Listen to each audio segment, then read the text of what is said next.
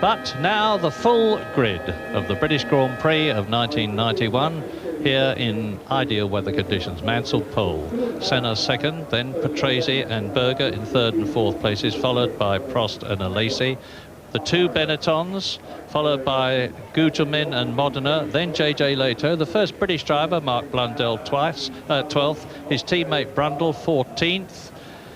Then Pirot, and bringing up the rear of the grid, Johnny Herbert in the Lotus, his teammate Mika Hakkinen and Michele Alboreto, who has qualified the footwork car in spite of very considerable transmission problems as a result of their decision to move from the Porsche V12 engine to the Hart DFR V8, and they've had to completely redesign and rebuild the transmission in just 3 weeks, a mammoth undertaking.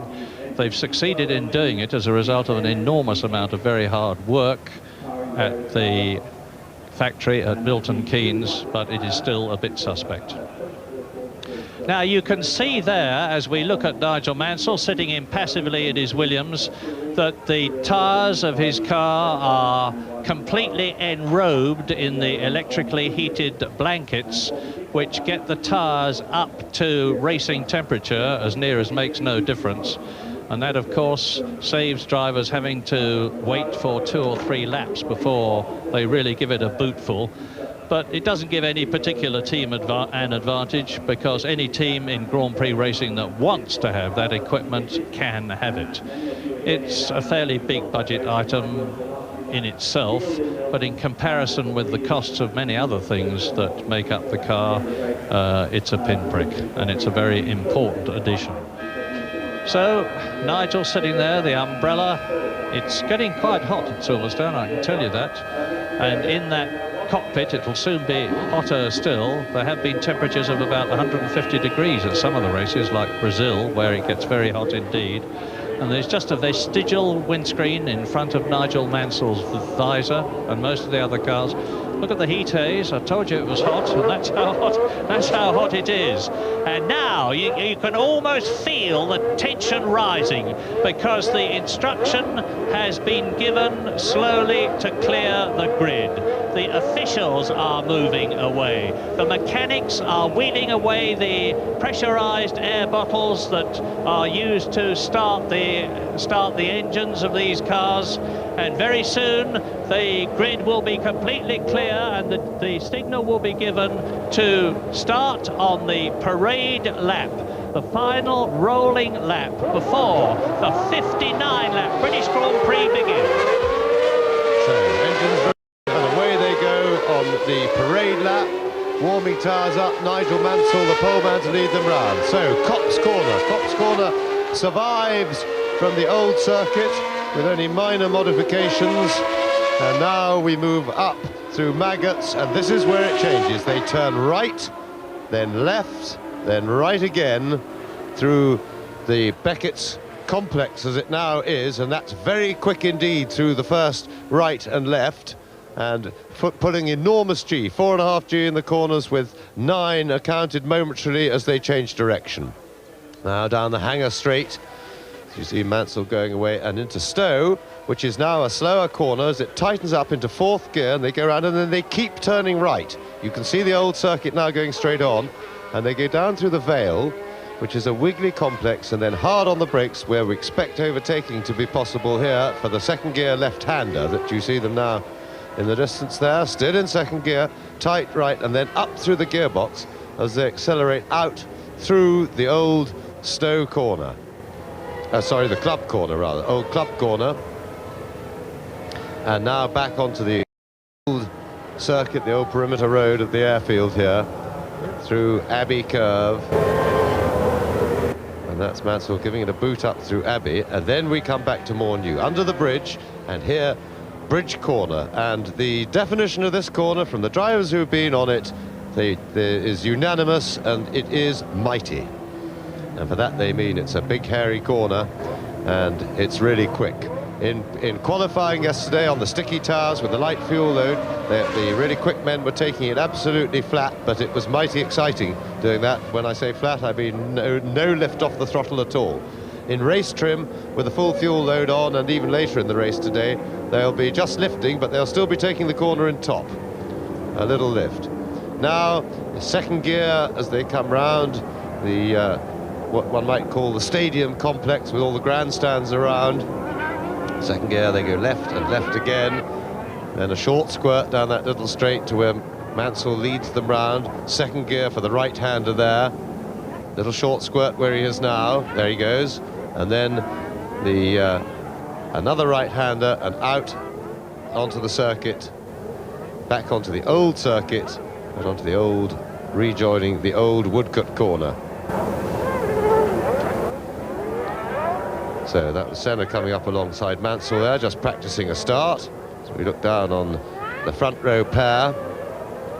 They will be leading, Mansell will be leading the field in as slowly as he can now, because all 26 cars behind him have to take up their grid positions and stop in the right place before the red light will go on, and the starter has to be satisfied that everybody's in position. And there is Mansell looking straight into his eyes, but with the darkened visor we can't see much inside his helmet.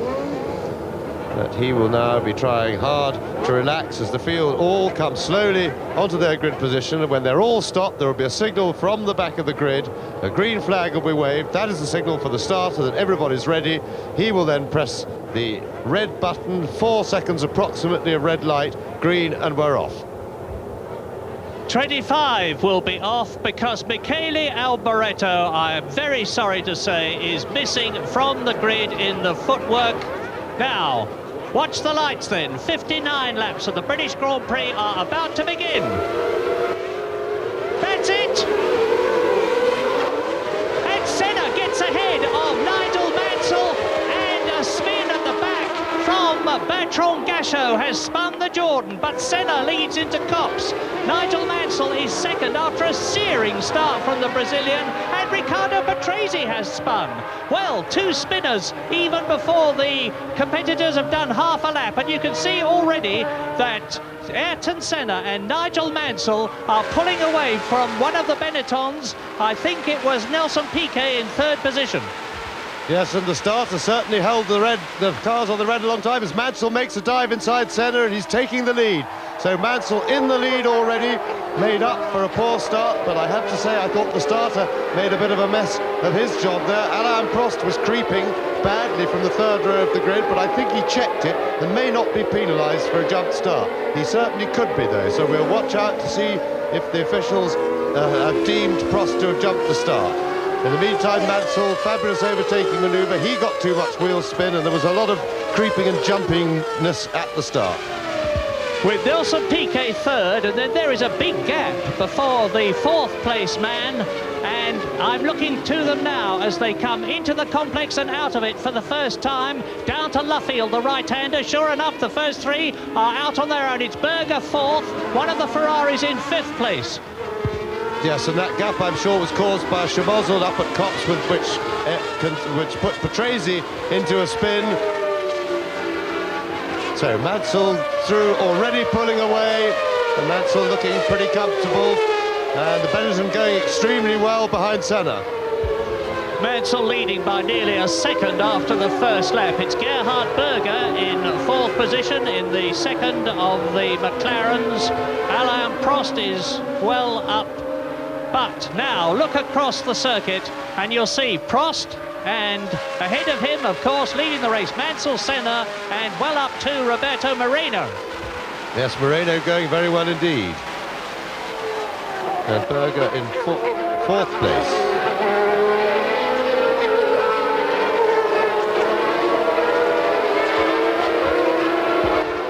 Now, Nigel Mansell has got the race by the throat at the present moment. Look at him. Now, there he is. He's out on his own. Behind him is Ayrton Senna. Behind him is the Benetton. Then it's Berger. Berger, of course, who went out after just 4 laps in France. Mansell under the bridge. Senna, Moreno in 3rd position. And then the McLaren of Berger. Yes, but Berger's not showing on our computer. Patrese, I see, crawling into the pits just opposite us, so he didn't get going properly after the spin.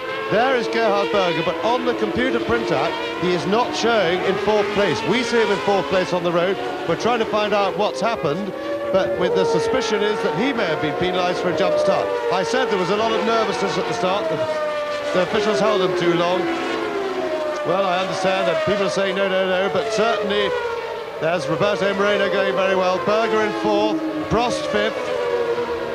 And Maurizio Gugelmin in 6th place. That's the highest position that a Leighton House car has had this season. And the first retirement of the British Grand Prix is Patrese, Riccardo Patrese, a very, very sad man. And this is what happened.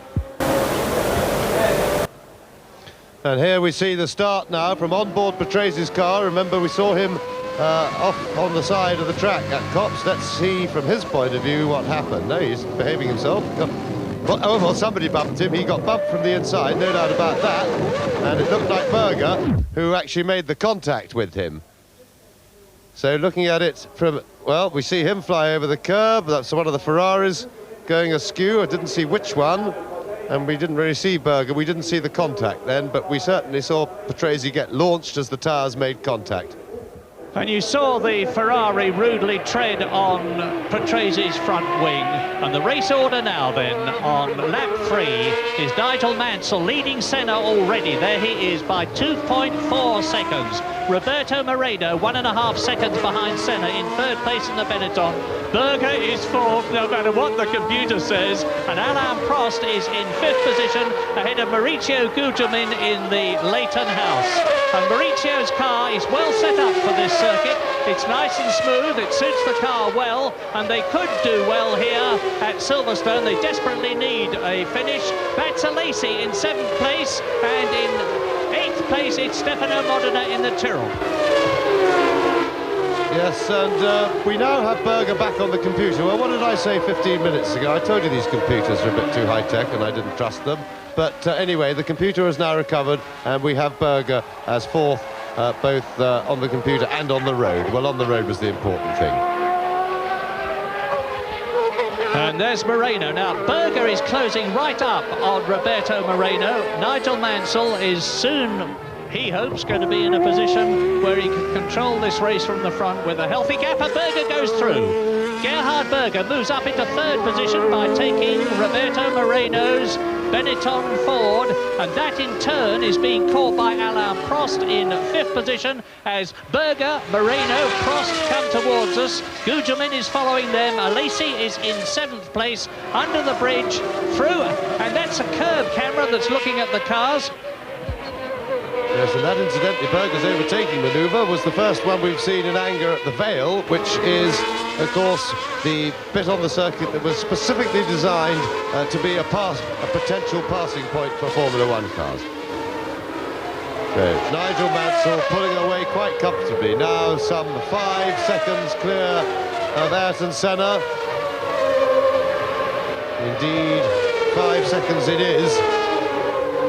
And Berger up into 3rd place, so the 2 McLarens are 2nd and 3rd, but really Mansell is going away pretty comfortably as well. He really seems to be under no pressure at all and able to extend his lead at nearly a second a lap.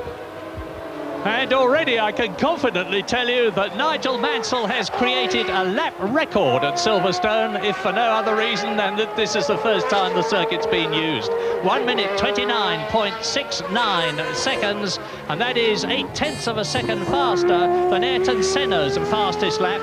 And Gerhard Berger is only some 3 seconds behind his teammate, but look at the battle for 4th.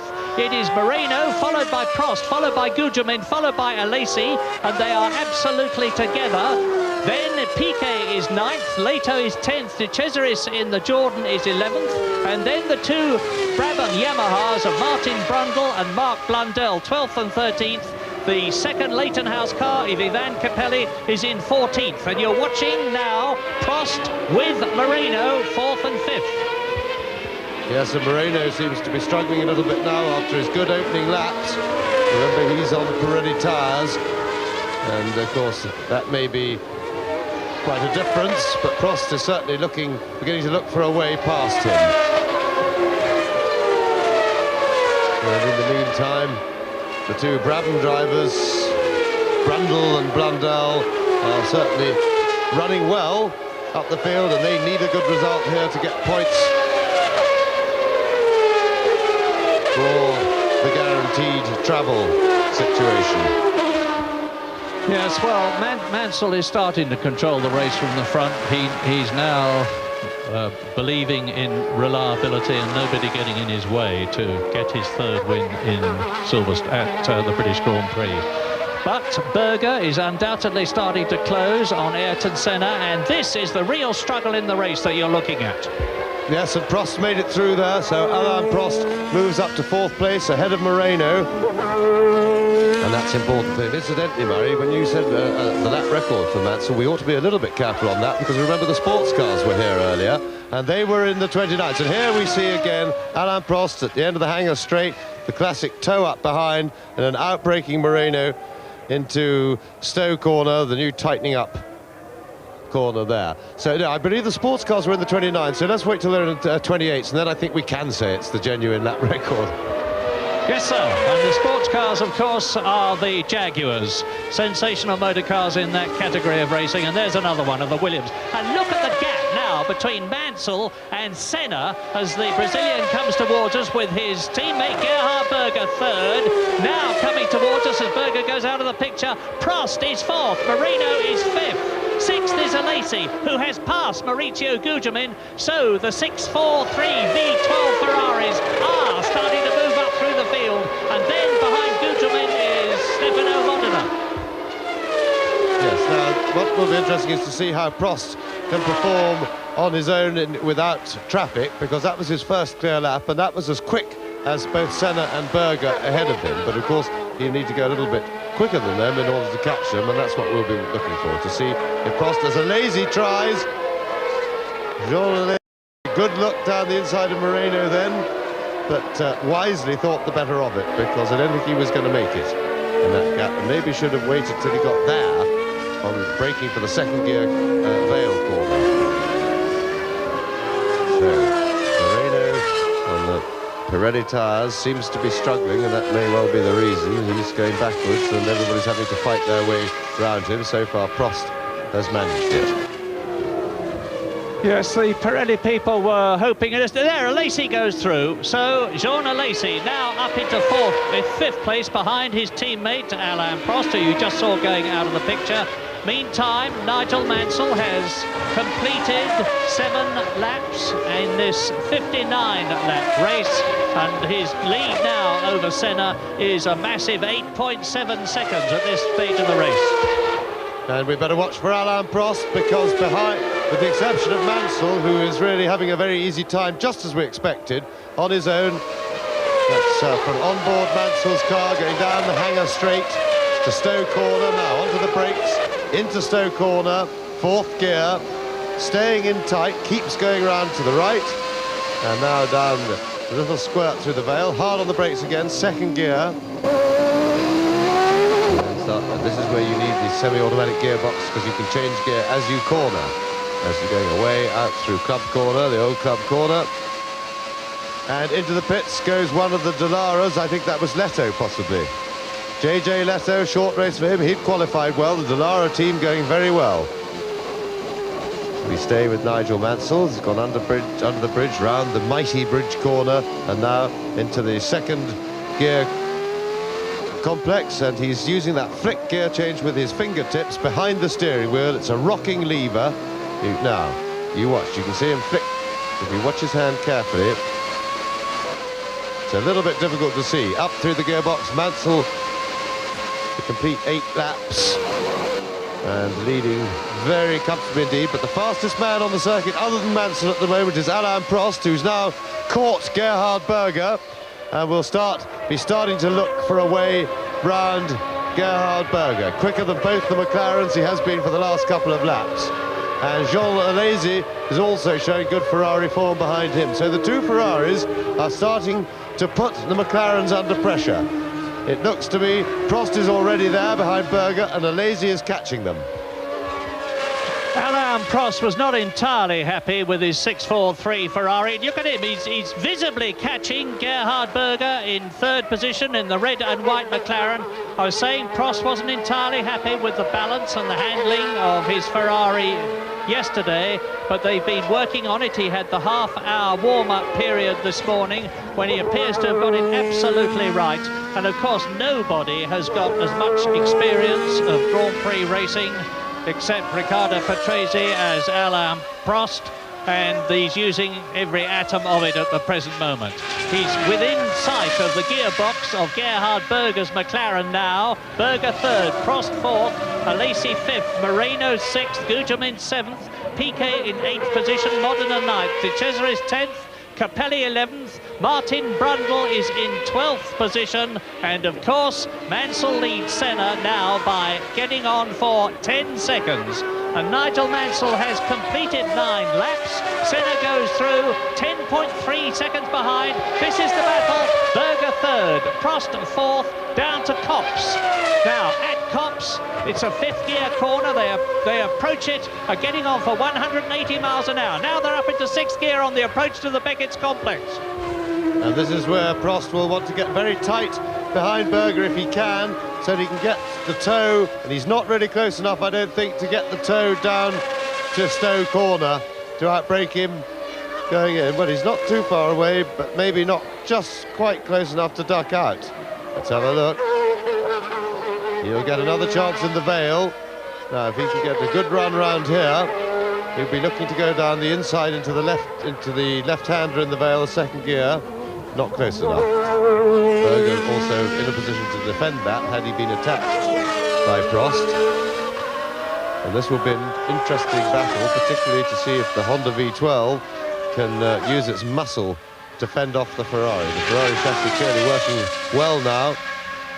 And Prost having a look down the outside, Berger defending through Bridge Corner.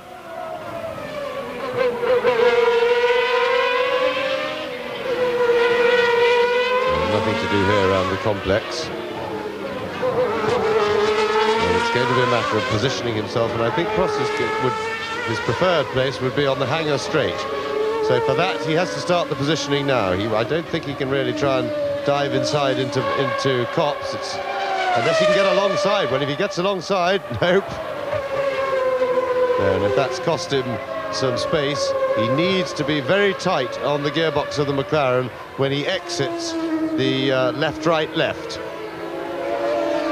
Sorry, right-left-right, I mean, of this one. And it will not have escaped you that Ayrton Senna is within sight now of Gerhard Berger, who has got Alain Prost in fourth position right behind him, and that Alesi in the second Ferrari is catching his teammate as Alain Prost makes another passing effort and is again rebuffed by Gerhard Berger.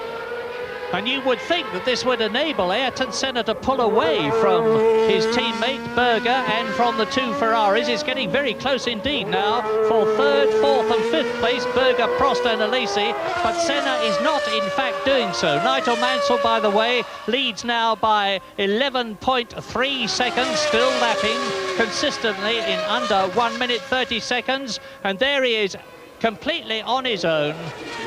He's got an enormous lead now. We're on lap 11, but this is the fight. And behind Alesi, who is in fourth position, the rest of the 25 runners who started this race, because, as I said earlier on, the unfortunate Michele Alboreto in the footwork, despite all the enormous amount of work that had been done at Milton Keynes, failed to get away.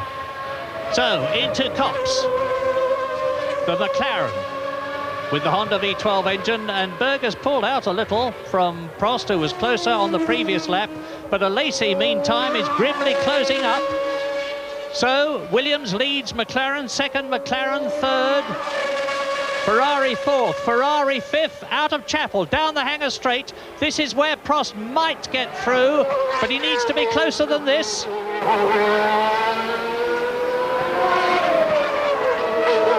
Meantime, Andrea De Cesaris has gone into the pits from 10th position, which means Martin Brundle has moved up to that place, getting closer to the magic 7th position that they need. Yes, and that'll be a big disappointment for the Jordan team, because De Cesaris was third fastest in the warm-up this morning. That's in race trim, on race tyres and with full tanks, and that was evidence of yet further progress by the Jordan team. Now, Berger still fending off Prost, and now Alesi has joined in the challenge.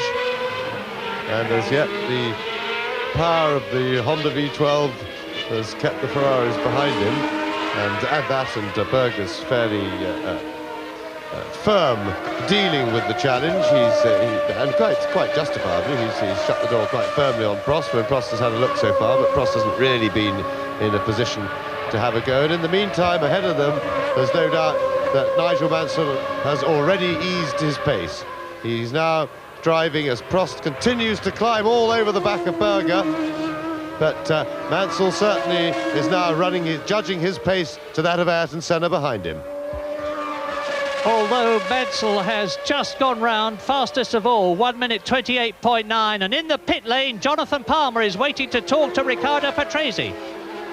Riccardo, that was an appallingly disappointing way to start the race for you. Can you tell us what happened? Riccardo, that was an appallingly disappointing start for the race for you. Can you tell us what happened? Well, I have not really much comments to do. I think that if you have the television, you can watch what happened. I think that I was out of the race without any fault, and for me it's very disappointing, of course. We're very sorry, Riccardo. Well, Riccardo Patrese clearly knows less about what happened than we did. We know he was hit by somebody and suspect it was Berger, although I mustn't malign the Austrian by saying that it was. Meantime, he's got more than enough to worry about at the moment in third place, because Alain Prost is swarming all over the rear end of the McLaren, and Alesi is doing the same thing to the Ferrari in front of him. Third, fourth and fifth. Mansell, by the way, he's still out there, 14 seconds ahead now, lapping still over half a second faster than Ayrton Senna in second position. As the third, fourth and fifth men go through, it is still Roberto Moreno in sixth position. Now in seventh position is Nelson Piquet, his teammate, because Maurizio Gugelmin has disappeared from the picture and gone into the pits after having held that seventh place, an excellent position. But it looks as though the Leighton House car has got problems again. Capelli, though, in the second Leighton House is in ninth place. Martin Brundle 10th. Morbidelli in the Minardi Ferrari is 11th. Mark Blundell in the second Brabham Yamaha, and the cars are going much better here at Silverstone than they have in any previous race, is in 12th position. Johnny Herbert is 17th in the Lotus Judd, and the Ferraris are still at it, hammer and tongs. But Gerhard Berger, who has only finished twice in the 7 Grand Prix that we have had so far this season, is keeping them off. This is the halfway point and the 16 race, and through goes Alesi. Jean Alesi just absolutely zooms past Alain Prost. Yes, and that certainly took Alain Prost totally by surprise. You, I think, Murray, and me as well. It took us all by surprise, and that was a terrific manoeuvre, a good opportunist overtaking manoeuvre by Alesi, and that would be quite, in a way, not too bad for Prost, because I would fancy Alesi's chances. Here we see it again. But it was how he came through Bridge Corner that set that up. He was very, very quick through the almost flat-out Bridge Corner, and he pulled right up on Prost there. And if I was Prost, I wouldn't be too unhappy about that, because Alesi can maybe find a way around Berger. Berger's a hard man to pass, and it may be not a bad idea to let the young and hard-charging Jean Alesi do the dirty work and try and find a way around Berger, because there's a chance that between them they might go off and leave Prost with a clear track. And that, I have to say, that thought will not have escaped Prost's assessment of the equation of the various possibilities. It is my guess that Ayrton Senna has already in this race, as he did in France last week, settled for a high placing. I'm sure he knows, indeed I know he knows, that the McLaren is not quick enough to beat the Williams, so he will be saying second place will do for me, because I have 48 points in the World Championship. If I can keep building points, that's good, because every point in the World Championship counts this season, and second place is as good as he could possibly expect, given the dominance of the one Williams that's left in this race after Riccardo Patrese's misfortune in the opening lap.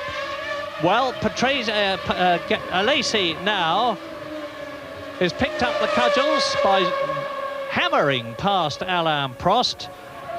James says he may be able to give a harder time to Gerhard Berger. We're soon going to be able to see. Yes, at the moment he doesn't seem able to get as close to Berger as Prost did, and that won't be very helpful in Prost's thinking.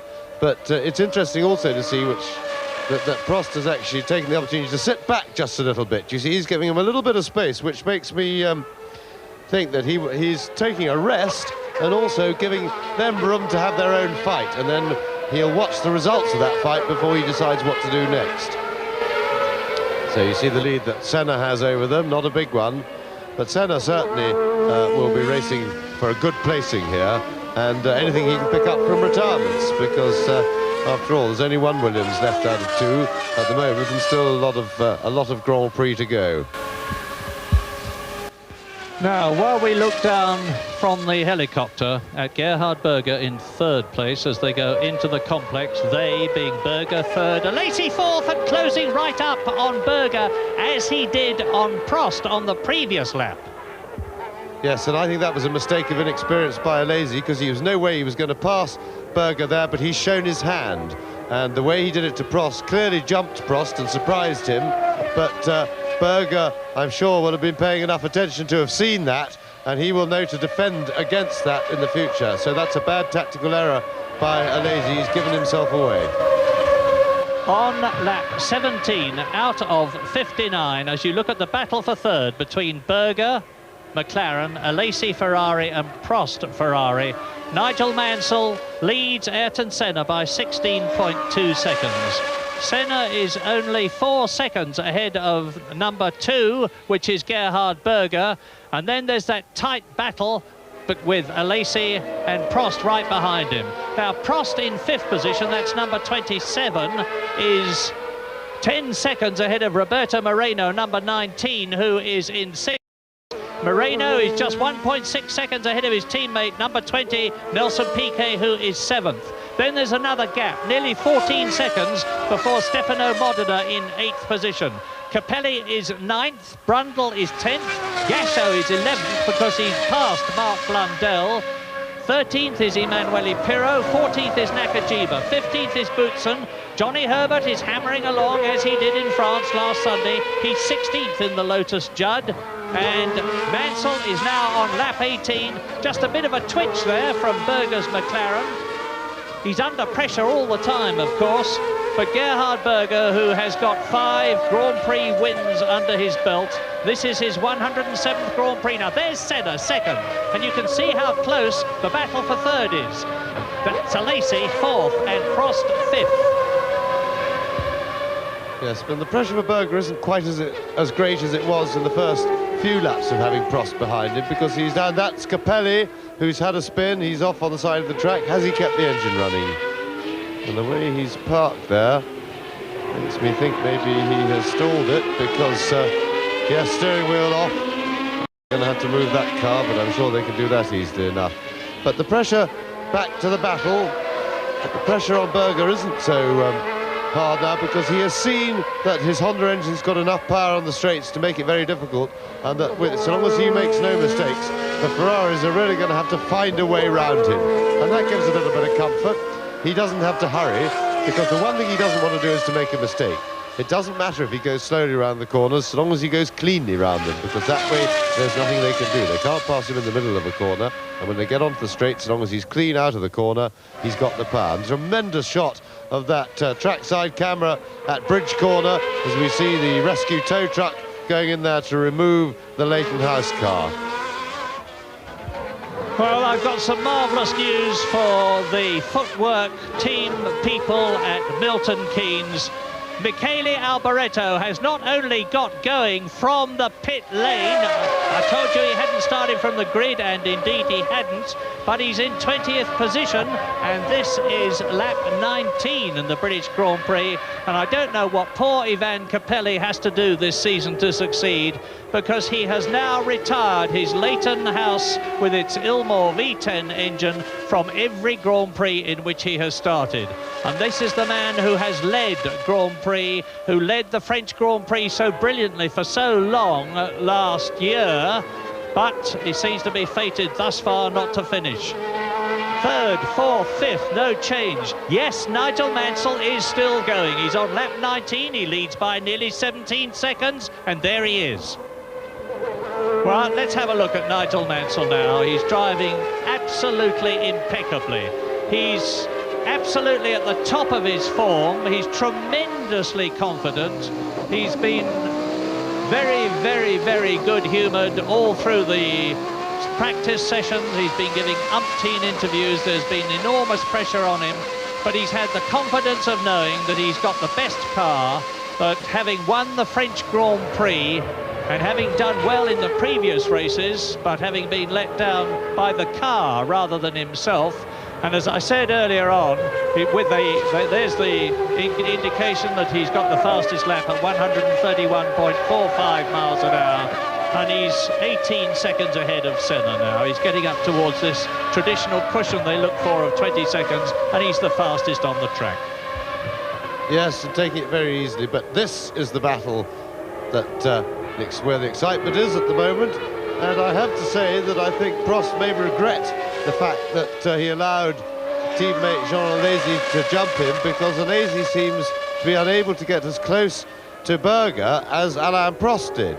Mind you, I have to say that Alesi will probably attempt to an overtaking mover from further back than Prost would, but Alesi doesn't seem, from his car's performance, to be able to get right under Berger's rear wing in the way that Prost was able to earlier. So in a way, Prost probably has more chance, and maybe they can communicate via their pits, because they can't talk direct to each other from the cars, but if they can communicate via the pit, it might be Prost might be saying to them, ask young Jean to step aside for just a second and let me back in front so that I can have a go. They see the slide there from Alesi's car almost onto the camera, which is buried in the curb. And a very spectacular shot, that, right down at as they come through. They're doing something like 175 miles an hour as they come through that bridge corner.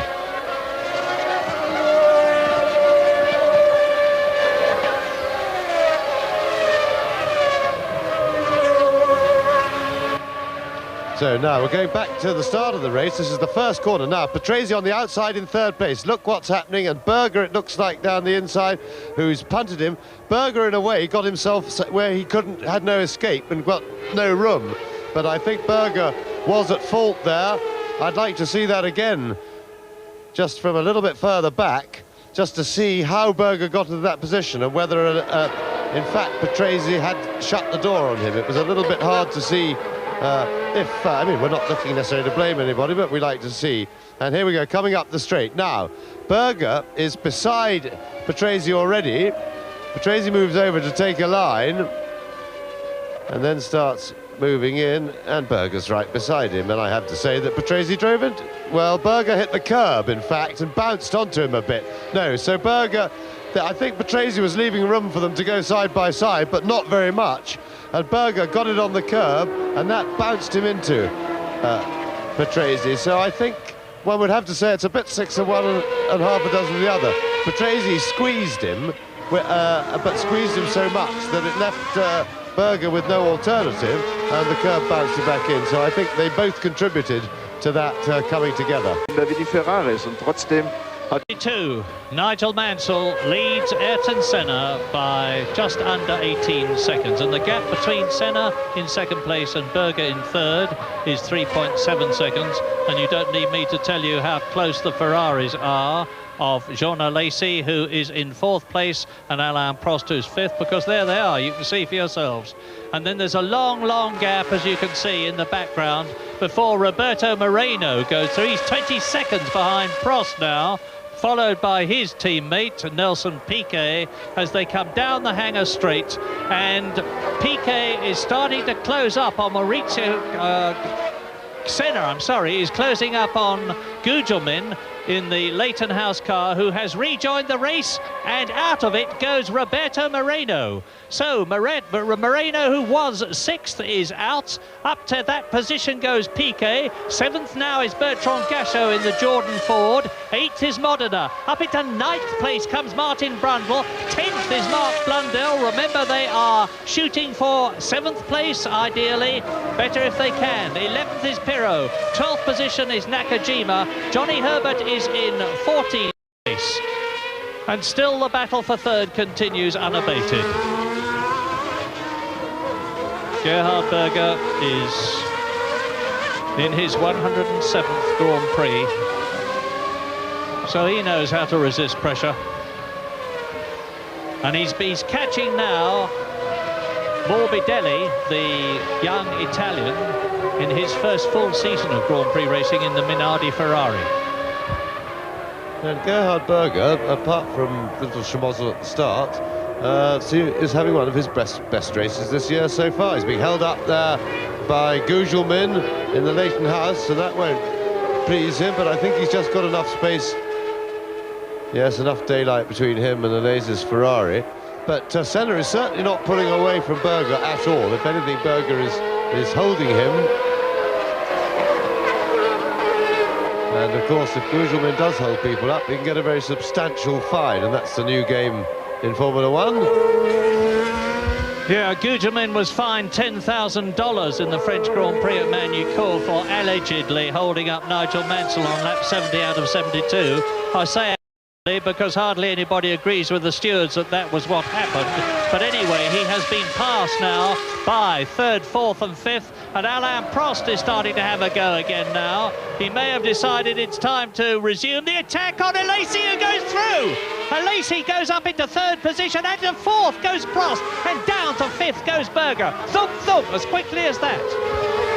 And he jumped Berger from miles behind. That really was an amazing piece of driving by Alesi, but highly skilled, and that's put Berger into the pits. But Prost jumped on the mistake because Berger was forced wide as a result of that surprise, and that made room for Alesi. I didn't see any contact, so one would have to think that Berger, unless he bumped or a puncture, that may just be a routine tyre change. Well, Gerhard Berger has not had the luck this season, to put it very mildly indeed, but you're right, James, it is a routine tyre stop. 6.9 seconds for Gerhard Berger. That's a good stop.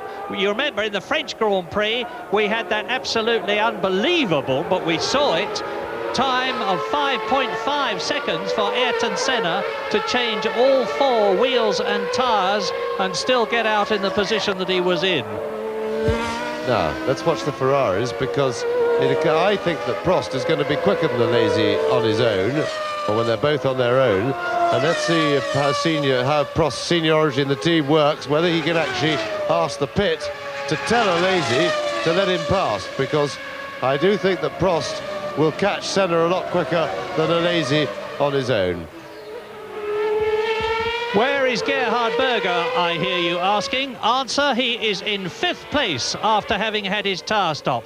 Mansell leads by 18 seconds. Senna 2nd, now 5 seconds ahead of Alesi after all the schmozzle with Berger being passed. Prost is 4th, right behind, of course, his teammate. There they are. 5th now is going through in 5th position is Gerhard Berger, and then Piquet is in 6th position. There's the Ferraris. So, Ferrari well up. Now, that's Senna. Now, can the 2 Ferraris do anything about Ayrton Senna, who is in 2nd position? Alesi goes through and passes the Minardi Ferrari, as does Alain Prost in 4th position. And then behind Alain Prost, of course, it's Berger in 5th position with Nelson Piquet 6th.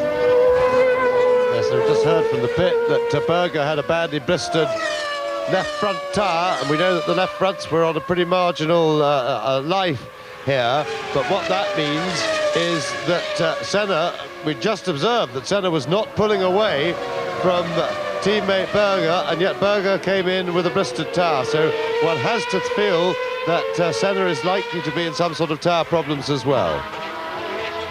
Now, Alesi, Prost behind him, and Prost will be fairly unhappy about this situation. He will be well keen to get past Alesi as soon as possible, but unless Alesi is ordered to let him by, I'm not sure that Prost is the man to try and muscle his way past, because that's what it will need to get by Alesi. Who is third? And there is Nigel Mansell.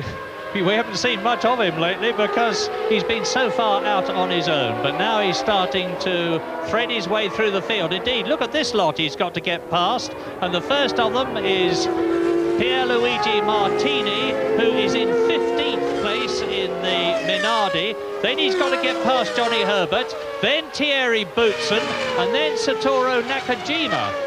So he passes Martini, so Mansell has now left everybody up to 14th place. It's the White Lotus of Englishman Johnny Herbert, who won at Le Mans, of course, a couple of weekends ago with his teammate Bertrand Gachot in the Mazda. He's in 14th place. Mansell will take him shortly. Then he'll set about the Ligier Lamborghini of Thierry Boutsen, the Belgian, who is in 13th place.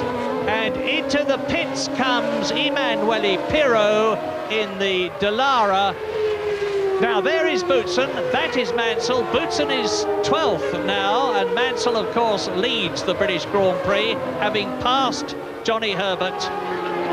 Mansell flying, this is bound to slow his lap times down, but of course he's got the fastest lap by quite a considerable margin so far. And then after he's got past Thierry Boutsen, who is in 12th position, as you look at Alesi, followed by Prost, and Prost is now starting to challenge for third position, with Senna some 6 seconds ahead of the two Ferraris.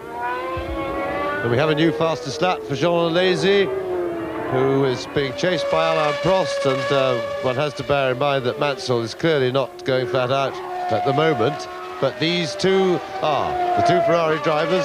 Prost, probably the quicker of the two if they were both alone, would like to get past Alesi. There's the man they're chasing in the foreground, Ayrton Senna, just gone out of picture. And we wait with interest to see if Senna has any tyre problems himself. The car seems to be going all right at the moment, and the Ferraris aren't hauling him in at any huge speed. And it may be that if Senna's clever, he's looked after his tyres. Because somehow he doesn't look like a man who's got a blistered left front at the moment. And also we know that Berger has a tendency to be a little bit rougher with the car and therefore more inclined to overheat the tyres. So there's Ayrton Senna. There's Jean Alesi, and we'll give you a gap between those two in just a moment. And Senna is some 6 seconds ahead of Alesi. And the new fastest lap of the race for Alain Prost. He posts, there it is, on the caption. So the two Ferraris at the moment, the quickest on the circuit. But Senna is virtually holding them with that 6-second advantage, and he's not going to give it up easily. Indeed, Ayrton Senna there, you just saw him tear one of the tear-offs off his helmet. You saw a glint as the plastic material caught the sunlight. That means it had got dirty, and there's several layers of them that he can clear the visor with. Ayrton Senna in 2nd position. He's actually lapping a tenth a second or so faster than Mansell at the moment. But Nigel doesn't need to worry. He's got a lead of nearly 16 seconds, and this is lap 28. But in 5th position is Nelson Piquet in the Benetton Ford. We are with him now, going down the Hangar Straight towards Stowe Corner at about 190 miles an hour until he backs off. There's the order. Mansell 5 leads, Senna 1 second, the Ferraris of Alesi 28 and Prost 27, 3rd and 4th. I wish I could see in Piquet's mirror, because Berger should be looming very large in that mirror. And we might just see a McLaren nose come alongside, because remember, there is Berger, not looming quite as large as I thought, but remember that Berger, new fastest lap there for Mansell. Berger had just previously put in a quick one, and remember that he is on fresh tyres, and he's the only man out there to have, or the quick runners anyway, to have changed tires so far. So Nelson Piquet in 5th place and struggling to stay with the quick men, and that may be the Pirelli tires that he's on because he's the first of the Pirelli runners on the road. Lap 29, top 12. Mansell leads by 16 seconds. Senna second. There are Alesi and Prost, third and fourth. Piquet is 5th, followed by Berger 6th, who of course has changed tyres and will be going faster. Bertrand Gachot in the Jordan Ford is 7th. Stefano Modena in the Tyrrell is 8th. Mark Blundell has passed Martin Brundle to 9th position. 11th place is Satoru Nakajima. 12th Boutsen, 1 lap down. Johnny Herbert is 13th, 1 lap down, ahead of Martini 14th, De Cesaris 15th, Suzuki 16th, Hakkinen 17th, Pirro is 18th, Morbidelli is in 19th position, and JJ Leto is in 20th place, as into the pits comes one of the Brabhams. I just saw it disappearing into the pit lane. It's Martin Brundle. Martin Brundle going into the pit lane from 10th position as Senna passes Johnny Herbert. Yes, and Senna's picked up a bit of traffic now. He's got some back markers to lap. And there is the Brabham pit, changing tyres on Brundle's car, but it was a very late decision. He went into the pits from the track rather than from the normal pit road entrance, and whether the officialdom will have a sense of humour failure about that, I don't know, but he certainly surprised his pit, so it certainly wasn't a routine pit stop as we look at the two Ferraris. In smart line astern, in formation. Prost doesn't like the formation, I'm sure, because he's at the wrong end of it. And they're catching that gaggle. Oh, and a spin by Alain Prost. And Prost lost it under braking there. Now, he should be all right. And it'll take him a few laps, and that's Mika Hakkinen, is it? I think, or Johnny Herbert. At Club Corner. Yeah, it's Mika Hakkinen, and Prost lost it. He will have picked up a lot of dirt and grass in that spin, but he'll soon wear that off at the racing speed and the heat that the tyres generate. But of course, he's now lost touch with Jean Alesi in 3rd position, who's chasing Ayrton Senna some 5.2 seconds behind the Brazilian, as Pierluigi Martini, who is in 12th place, is caught by Ayrton Senna. And that would have to have been a lapse of concentration by Prost. He wasn't under any pressure, and I think that really demonstrates just how easily these cars get away from him when a man of Prost's experience can let go. And now we can see again, we'll have a look. Now let's see. Oh, and he just bounced it on the curb. You see, that was a bad error, a little one on concentration, because he'd no need to put the wheel on the curb, but he bounced it on the end of that curb. There is the bit of curb in the background there that he caught it on, and that threw the car, and they do get thrown badly by curbs, and that was a bad mistake by Prost for a man of his experience at his level. But you see, they do have to go in tight on that curb. Piquet into the pits from 7th position to change tyres, and there he is, Nelson Piquet, pit lane. That was a quick stop, because he'd hardly, well, not as quick as I thought it was from the look of it, and going out behind him is Mika Hakkinen. Of course, after his spin, he was probably due for a tyre change anyway, so he sensibly decided to come in straight away, the youngest man in the race, only 22 years old. Yes, and that was a good decision by Hakkinen, because it's pit stop time, and that's one of the Lolas stopped out there. And Prost, I was going to say, should have learned from Hakkinen, but that's Alesi, is it, with a puncture? That is certainly... Oh, no, it's Prost with a skew-whiff nose. So it's Alesi. So the Ferrari's in all sorts of disarray. I don't know how Alesi did that. We didn't see that happen. But Alain Prost, I was saying, should maybe have done what Hakkinen did with tyres with all that dirt on them. Rather than clean them up on the track, which takes a while, he should maybe have come straight in.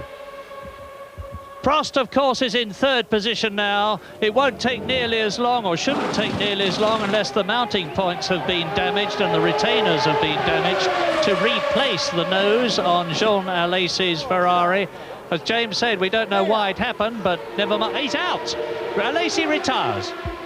Yes, well, they want to get that car out of the way because Prost is going to be in for Tars very soon, I would have thought.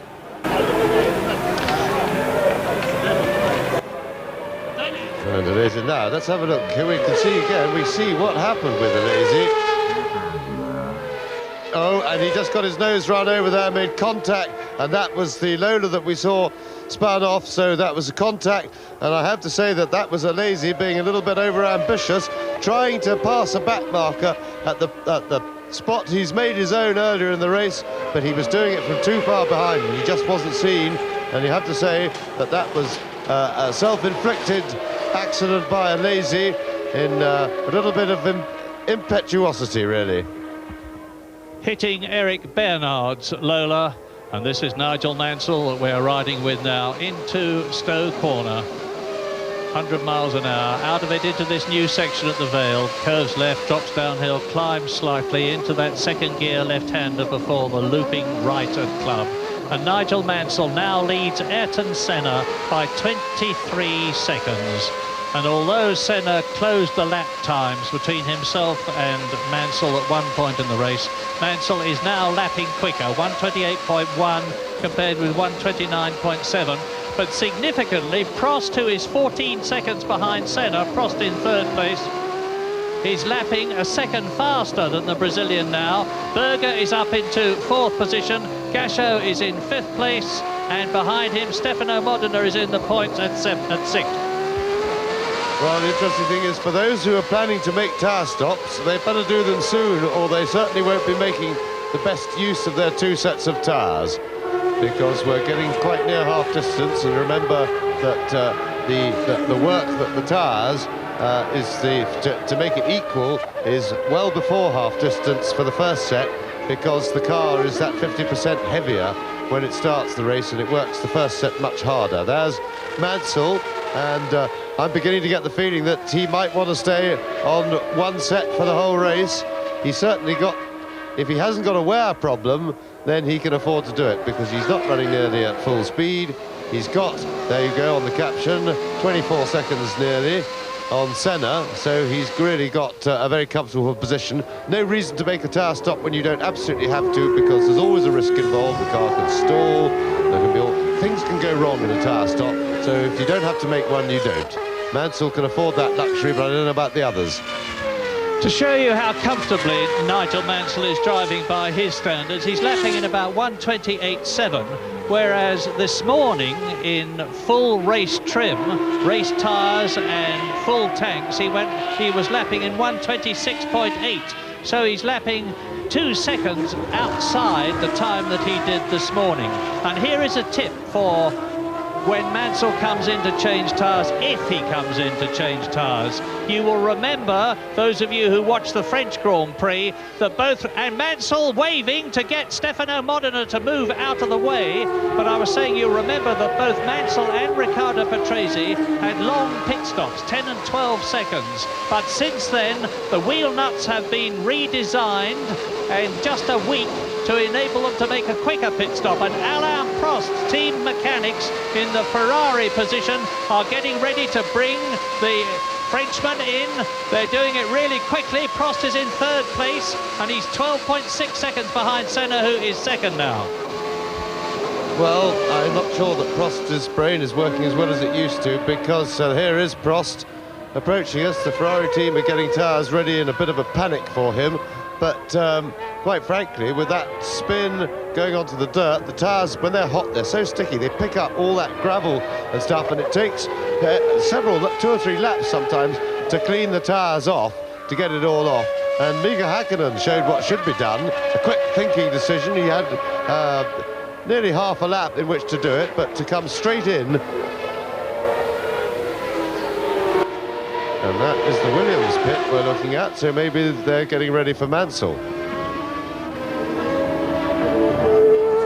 here is Prost. Going through the Vale, that's where he went off.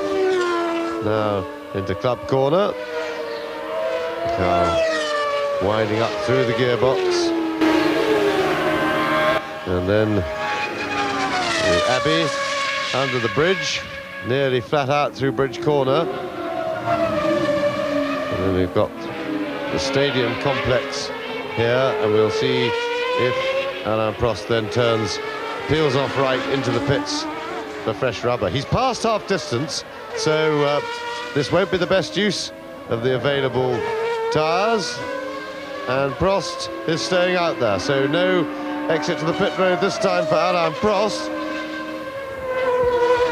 In the meantime, Ayrton Senna's race plan is very obvious indeed. With Mansell now 25 seconds ahead of him, it's quite clear that the Brazilian is settling for second in Britain as he settled for third in France. There he is in the background, because even if Nigel Mansell wins this race and gets the maximum 10 points, if Ayrton Senna finishes second to get 6 points, it would mean that Senna would still be 21 points ahead of Nigel Mansell in the World Championship, i.e. Mansell would only have closed the gap by 4 points, the difference between first 10 points and second 6 points. So Senna will be quite happy to drive round, knowing that both McLaren and Honda have got better cars coming for Germany. And Mansell on his way into the pits, there we have him, Nigel Mansell coming in, so the Williams team are getting those tyres ready for him, and it seems a strange decision to make their tyre stop so late, because it is well past the best time to do it, and they weren't under any pressure, so but the only possible result of that is that and that was a good quick stop, good routine stop, as Senna goes past waving at the Jordan car in front of him, trying to get past him, and he's having difficulty in getting through. But it may be, though, that they looked at the tyres from the other Goodyear runners and information that they achieved. Well, you can see how close it is now between Nigel Mansell and Ayrton Senna. Mansell having completed his pit stop in 8.4 seconds, and that shows that all the hard work by the Williams design and construction people at Didcot was worthwhile. But now we really have a race on our hands for the lead, because Senna, who of course has not taken on new tyres, is closing up on Nigel Mansell, who did well to get out of the pit lane in front of the McLaren. But Mansell will have an advantage. Very soon his tyres will be up to full race temperature, and he's got a new set of Goodyears on, whereas Ayrton Senna has got a very worn set now. And even if the Brazilian decides to go through for the full race on the C compound, which is what we expected, he will be at a disadvantage from now on. Lap 37 out of 59 in the British Grand Prix. Mansell leads Ayrton Senna. Alain Prost is third. Gerhard Berger is fourth. Up into fifth place has come Bertrand Gachot in the Jordan Ford. Sixth is Stefano Modena in the Tyrrell. Seventh is Nelson Piquet's Benetton. Eighth is Blundell. So he's 1 place off the seventh at Brabham lead. And that is De Cesaris, and he's been in front of Senna for several laps, and Senna is beginning to get cross, and the reformed Andrea De Cesaris is was going back to his old ways, while Senna has finally got past, but that's taken him a good 3 laps to achieve, and he won't be best pleased with De Cesaris then, when he had Mansell just in front of him and a possible chance to challenge for the lead. Although I think even Senna would concede, as Mansell weaves about trying to pick up the toe behind the Tyrrell there, but I think he would concede. There's Frank Williams watching everything eagle-eyed on the television, but I think Senna would concede that Mansell on fresh tyres is really much too much, and in the Williams for Senna to do anything about. But at the same time, it's nice to show your nose and have a bit of a nibble at him to put him under pressure. I thought Nigel Mansell was going to be held up by Satoru Nakajima in the Tyrrell Honda there, but the Japanese driver moved over and led him through. So it's lap 38 now. That's the order. 5 is Mansell leading, 1 is Senna second, 27 is Prost third, 2 is Berger fourth, 32 is Bertrand Gachot in the points again for the Jordan team, and in 6th position Stefano Modena was number 4. 7th is Nelson Piquet. In 8th position Mark Blundell. Nakajima is 9th, having just been lapped by Nigel Mansell. 10th is De Cesaris, so both the Jordans are in the top 10. Martini is 11th, and Johnny Herbert is in 12th place in the Lotus, having finished 10th in France last weekend.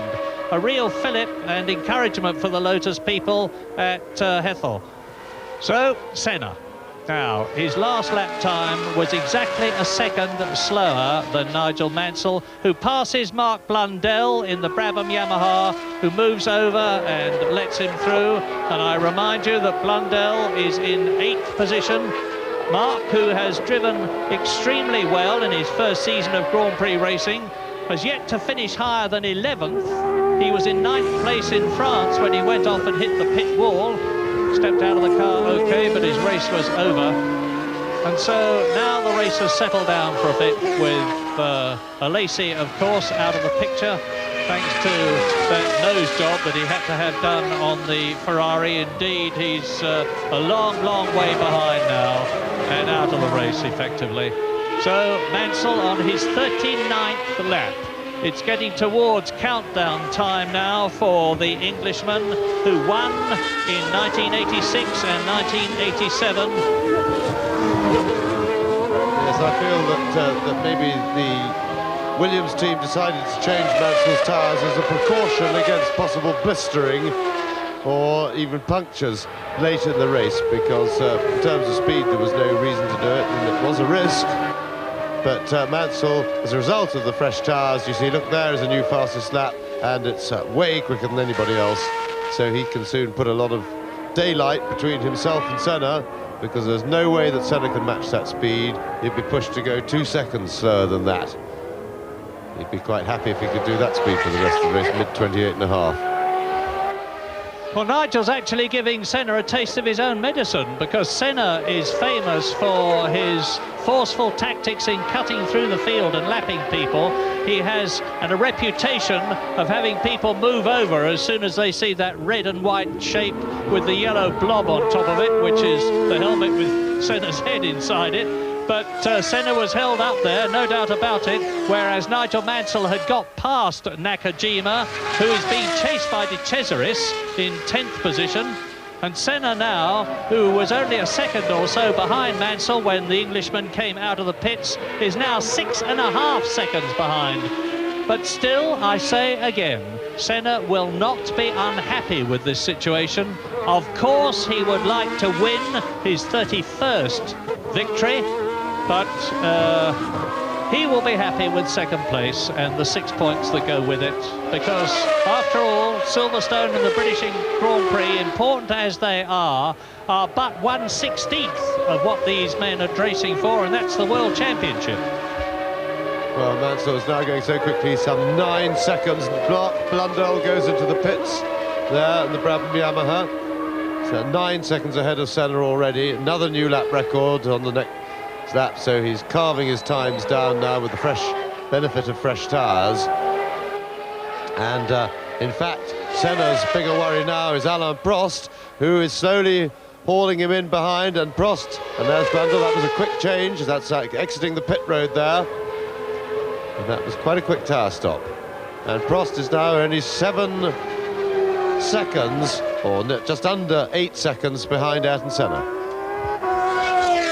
Yes, I'm watching Mark Blundell very carefully, a star of the future if ever I saw one, because he's only 26 years old now. And this is only his 7th Grand Prix. The man who's come up to Formula One by way of Formula Ford 2000 and Formula 3000 and sports car racing with Nissan, and he's had several near place situations this year, only to lose them for one reason or another. Well, he's come in, he's changed tyres, he is in 10th position, 1 lap adrift, but it's still Mansell now nearly 10 seconds ahead of Senna. And you remember how recently it was since Mansell came in the Williams, as up to and past Johnny Herbert goes Alain Prost to lap the Englishman. Prost in 3rd position and Johnny Herbert is in 12th, and the race order on lap 41, Mansell leads, Senna 2nd, Prost 3rd, Berger 4th, and Berger is 23 seconds behind Prost. This race is effectively between Mansell in the lead, Senna 2nd and Prost 3rd, with Mansell way out in front, of course, and then Bertrand Gachot 5th and Modena 6th. Well, Senna's tyres must be all right, and he must have been listening to me, because just as I talked about the threat from Prost behind, Senna responded by putting in his fastest lap of the race on the very next lap. and that actually has stemmed the tide of the arriving Prost a little bit, because it's now 8.5 seconds, the gap. He's opened it a little bit.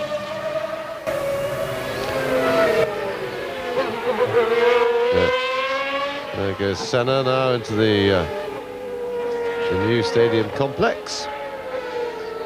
Slows the cars down, gives the crowd a chance to get a decent look at him.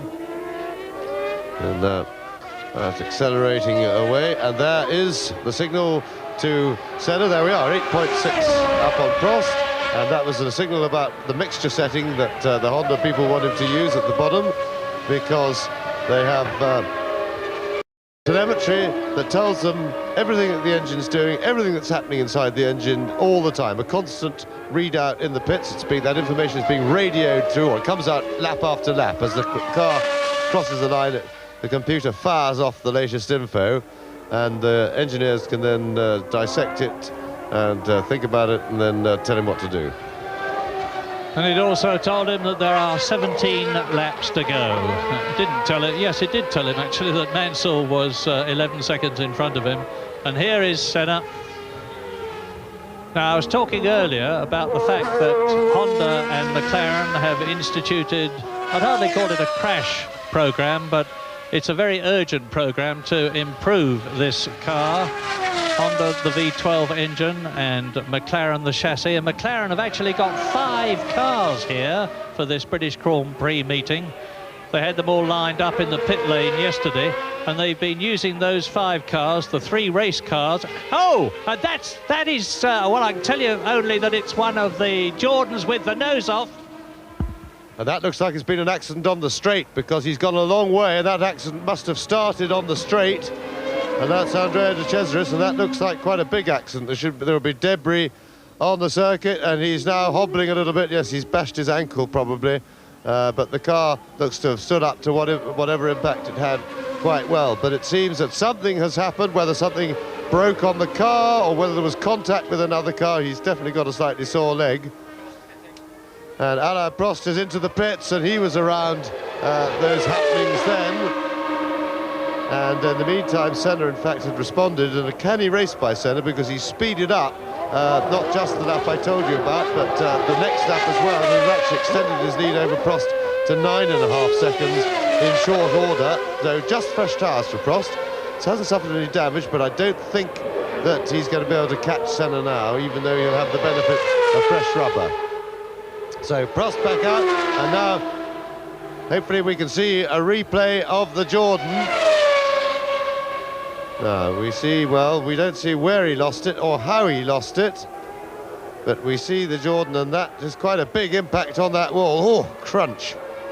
And that left front corner of the car appears to have taken the impact well. Now, whether he lost it on his own just coming out of Abbey Curve, oh, that was close for the Tyrrell there. Whew, dear oh dear. And that was Prost locking up behind, and that was probably why he went for tyres. He flat-spotted his tyres trying to avoid the Jordan. Now, as I say, he could have lost it, just hit the curb coming out of Abbey. That might have caused that, or else it could have been some problem with the car. And it was Satoru Nakajima who was locking up frantically to avoid the Jordan. And as I have said before, that is outstanding testimony to how very strong these modern Grand Prix cars are. That is actually where Barry Sheene had his dreadful accident on the Suzuki in practice for the British Motorcycle Grand Prix years ago. You come up over the crest, and that's where Andrea De Cesaris lost it. So now Nigel Mansell still leads, but now in 3rd position behind Senna, it's Gerhard Berger, with Alain Prost having gone into the pits. So this will be a matter of joy for Ron Dennis, the head of the McLaren team, because his men in 2nd and 3rd places are on 10 points for the Constructors' Championship, and since Williams were getting pretty close to them, they will be very welcome indeed. 5 Mansell leads, 1 Senna 2nd, 2 Berger 3rd, 27 Alain Prost down to 4th position. Bertrand Gachot, however, in the Jordan is still in 5th position. Up to 6th has come Modena. 7th is Nelson Piquet. 8th Satoru Nakajima, 9th Martini, 10th Johnny Herbert, as he was in the French Grand Prix. Marc Blundell is 11th, and Emmanuel Pirot is in 12th place. Senna is driving an impeccable race. I've heard an awful lot of nonsense here at Silverstone about Senna. People have been saying he's a spent force and he's over the hill. Nothing, believe me, could be further from the truth. He's in a car which is not as good as he would like it to be, and yet he has been consistently doing well and getting places. 3rd place in France, 3rd place in Mexico, and he's on target for 2nd place here at Silverstone, which really is the best he could have hoped for. I mean, he had every reason to expect that he would be caught and passed by Riccardo Patrese, as well as Nigel Mansell, who took him on the first lap, and we're with Nigel now on his 46th lap out of 59 now. Not very far to go as he goes round the complex, coming up to the right-hander and out of the corner at Woodcote, into this straight, down towards Copse Corner. There's his pit board, place 1 plus 18 seconds at the Union Jack to show that it's the signal for Nigel Mansell. Had it been Riccardo Patrese, it would have been the Italian colours, but Riccardo Patrese, of course, out after that confrontation on lap 1. And maybe they didn't give him the signal about laps to go, because I think that was 13 laps to go, and maybe they didn't like to hang that out, because normally they might have given him that bit of info as well. So Mansell having it very easy now. He's eased up again on speed, put his fresh tyres on, which was a slightly late decision, but then, as I say, it may have been from information supplied by Goodyear that the tyres were a bit marginal about lasting safely for the distance. They had the luxury of a big enough lead to be able to change and get out still in 1st place, which they did, but wasn't by that much. And then Mansell put in a few really charging laps, took him off to a big lead with the benefit of fresh rubber and the superb performance of the Williams Renault. And now he's back in his dominant position. Berger has moved up to 2nd, but Prost on fresh rubber is now chasing Berger, and that's the battle of the race. Berger in 3rd place, Prost in 4th. Senna has driven a very canny tactical race to maintain what is now a comfortable 2nd place, but at times has been under some threat. And Prost is some 8.8 seconds behind Gerhard Berger and chasing.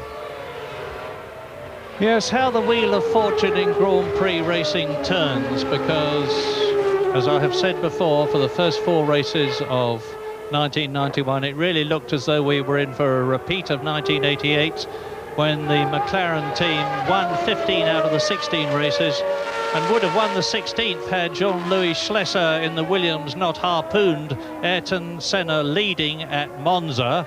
They would have had a clean run, and that was their ambition for this year, after having won in Phoenix, Brazil, San Marino, Monaco, only to have their hopes dashed by Nelson Piquet's victory in Canada, and then the fact that they were no longer the top team, confirmed by Riccardo Patrese and Mansell's victories in Mexico and France.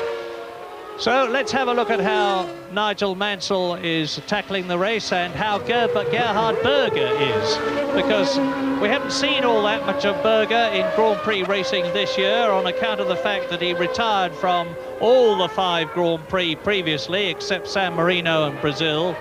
But Gerhard is not a man to be underestimated, with 5 wins, 1 for the Benetton team and 4 for Ferrari. And then he... Now look for Berger. There's Berger, and only 7 seconds behind him is Alain Prost after his pit stop. There is the Frenchman, and I'll be interested to see how their lap times compare. Mansell is going around in 1 minute 27.5 at the moment. Now there is Berger, 3rd behind Senna, coming up to complete the lap. Look for Alain Prost in the background, who's got to pass Johnny Herbert and the Minardi Ferrari behind him as Berger comes through to complete the lap.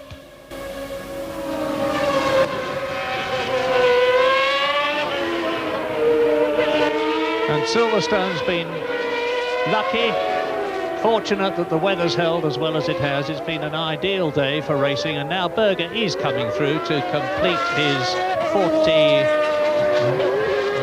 lap. And now we'll see what the difference is between them. Well, it's 11 seconds between Senna and Berger, and it's 4 seconds between Berger and Prost, just about 5 seconds. So, race order on this, the 49th lap. Nigel Mansell leading Ayrton Senna by 21.5 seconds. Then Berger in third place, who is 5 seconds ahead of Prost. And Prost is actually gaining very rapidly, 2.5 seconds a lap faster than Berger. He will be pushing for third place soon. Alain Prost, who is in fourth place in the World Championship, and Nigel Mansell is on his 50th lap now. Now it is countdown time for the Englishman.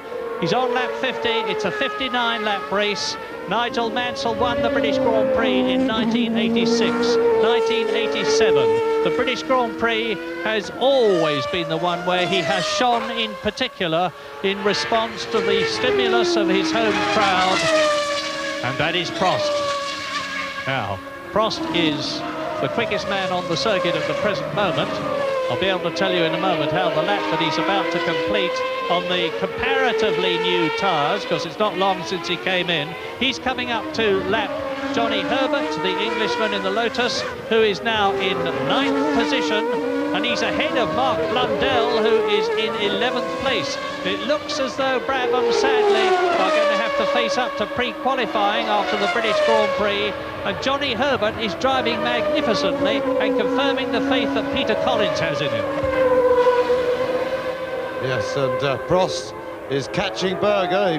Not so much then, he was a bit held up, and Berger is really responding to the challenge. Berger has put in, just on that last lap, his fastest lap of the race. And so these two, although they're not line astern, they're not in combat, and there is a clear track between them, so Prost has a clear run at Gerhard Berger. So, there is the top Grand Prix driver of the last decade, Alain Prost. I told you about his record, and he's an extremely nice man to go with it too. So, Mansell leads, Senna second, Berger third, Prost is catching him. Now, this is Bertrand Gachot, and this is the almost storybook story of the Jordan team, because Eddie Jordan has brought a Formula One team into Grand Prix racing this year after having been in Formula 3000, Formula 3. He took the decision to get into Grand Prix racing, and everything has come magnificently right for him. He took on Gary Anderson as his designer. He took on a lot of other star people from other teams and from people he knew in the racing business. They put together this really beautiful motor car. Eddie Jordan, being an Irishman with the gift of the Blarney, managed to persuade Michael Kranofus, the Ford Supremo, to let him have the Ford V8 works engine that other teams would have loved to have, and his drivers have repaid him. Bertrand Gachot is in 5th place in the British Grand Prix, chasing Alain Prost, but a long way behind him, and that's Emanuele Pirro. And behind Bertrand Gachot in 6th position, 3 times world champion Nelson Piquet, but not a great challenge at the present moment. That was him. There he is now in the new Benetton, the B191, which, like the Jordan, has a Ford HB V8 engine, but that has the very latest specification, whereas the Jordan is still racing with one of last year's spec engines. So Gachot is driving a superb race. That's number 32, the man who won at Le Mans. He's already had 2 points from a 5th place in Canada this year. And we're back now looking at Alain Prost in 3rd position. Can he do anything about Gerhard Berger and the gap that exists between the Ferrari number 27 and number 2, Gerhard Berger's McLaren? Senna is not doing anything at all about Mansell, who still leads the Brazilian by 23 seconds. So, on lap 51, Mansell leads, Senna 2nd, Berger 3rd, Prost 4th, Gachot 5th, Piquet 6th, Modena 7th, and Piquet is a lap behind now, as of course is Modena. Nakajima is 8th, Johnny Herbert is a magnificent 9th, Martini is 10th, Mark Blundell is 11th, Emanuele Pirro is in 12th position. Now there's Berger. Look at him across the line, the white line, and there's Prost behind him. Yes, and in fact Berger has responded to the challenge from Prost. He's going quicker and quicker. He's done another fastest lap of his for the race, and he is managing to fend Prost off, and I don't think Prost is going to be able to catch him now, and he may not even bother to maintain the chase or not an absolutely 11/10 commitment, because Berger has shown Prost that he can withstand the challenge. Well, it's almost been a racing demonstration by Nigel Mansell. I said before the race began, he was at the top of his very considerable form, and he has proved it here at Silverstone today, taking the lead on the first lap, holding it all the way, coming in for his tyre stop.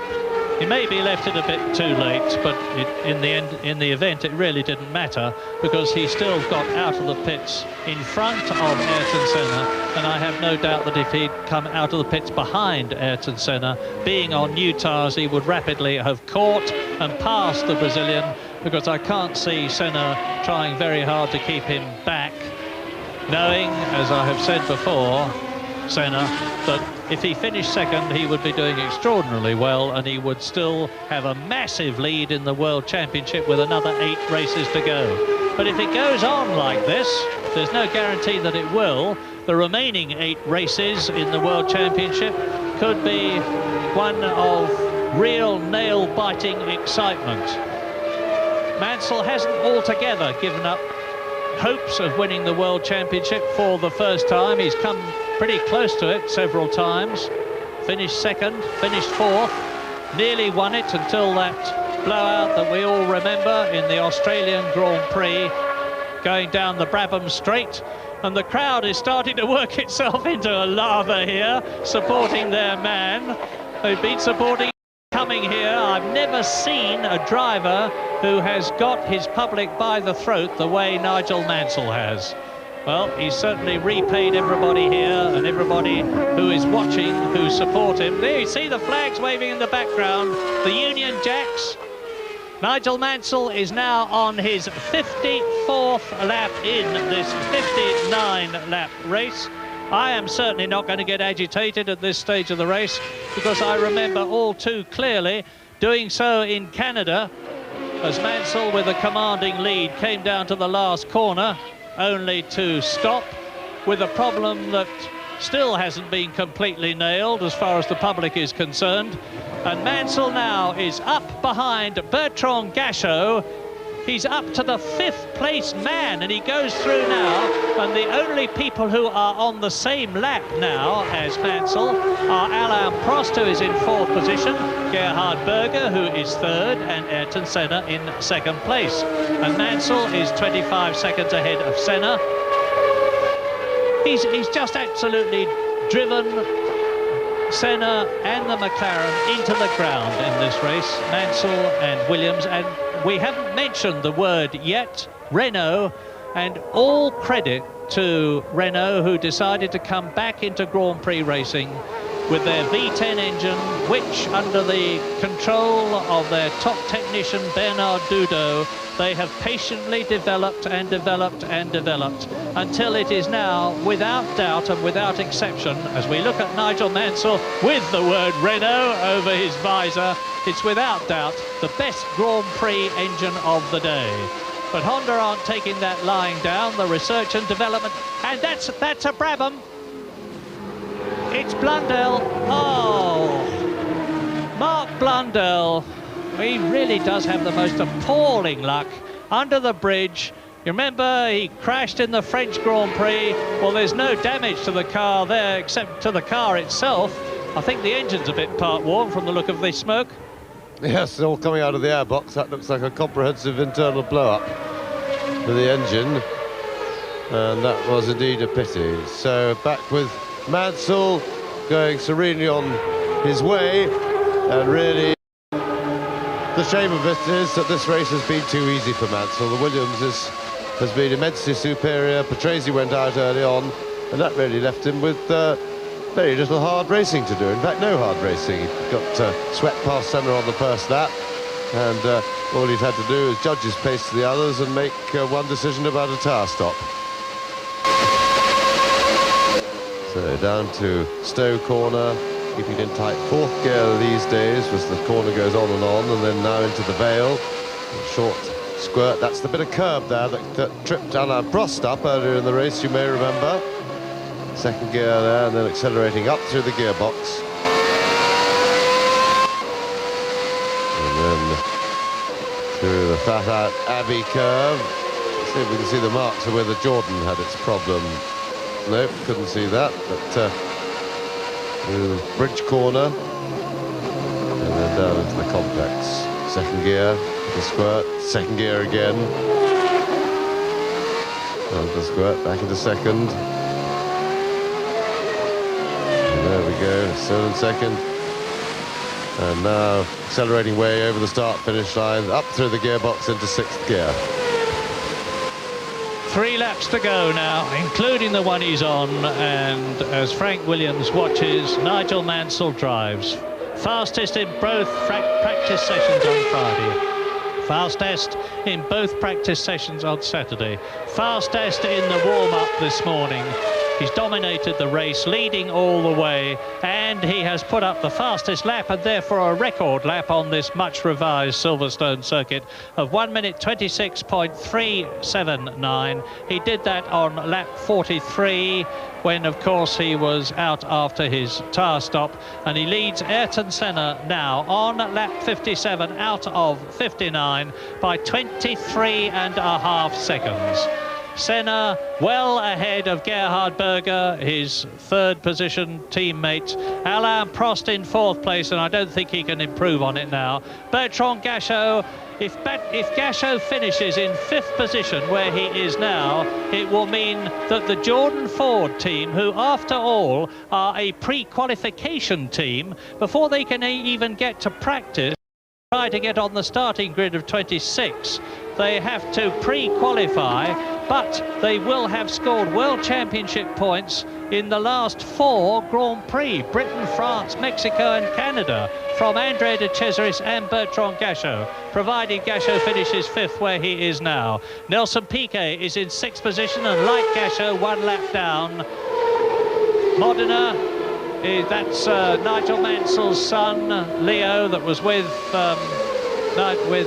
Frank Williams. Modena 7th, Nakajima 8th, Johnny Herbert in 9th position, going like a train.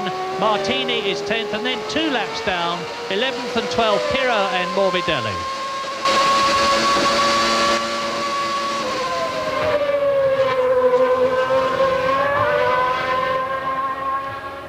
Well, maybe I spoke too soon, because you're looking at Ayrton Senna, but I can tell you that Nelson Piquet has moved up into 5th position to displace Bertrand Gachot from that place. But the Frenchman, Belgian, there's a lot of argument about what his nationality is, but Bertrand Gachot is in 6th place and therefore still in the World Championship points. So what I said applied in principle.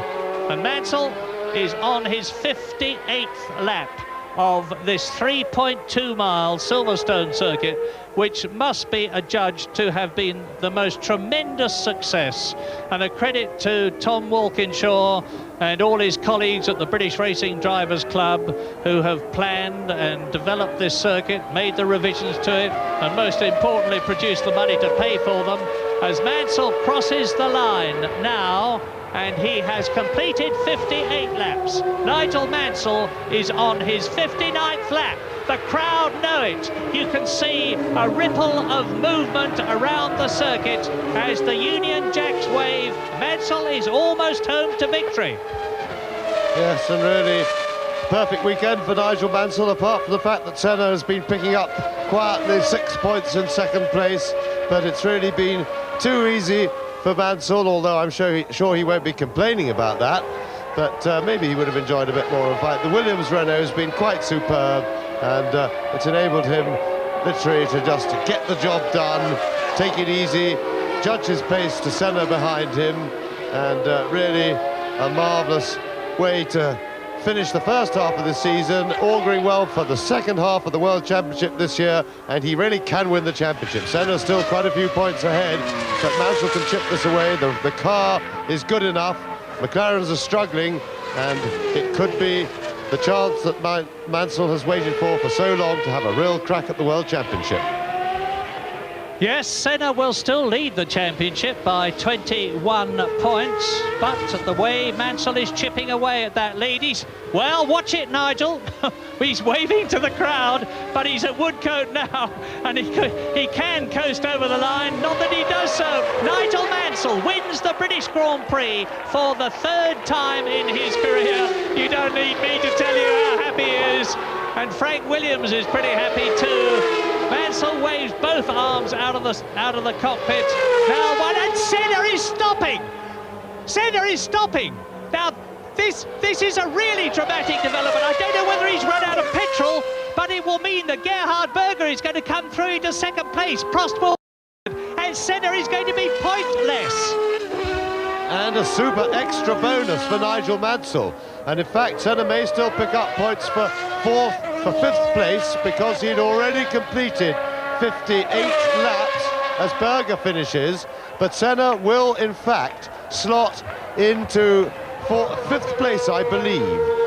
But certainly that's a points bonus for Mansell in the chase for the championship. And there is Ayrton Senna. Must be very disappointed, but he has had luck this year already.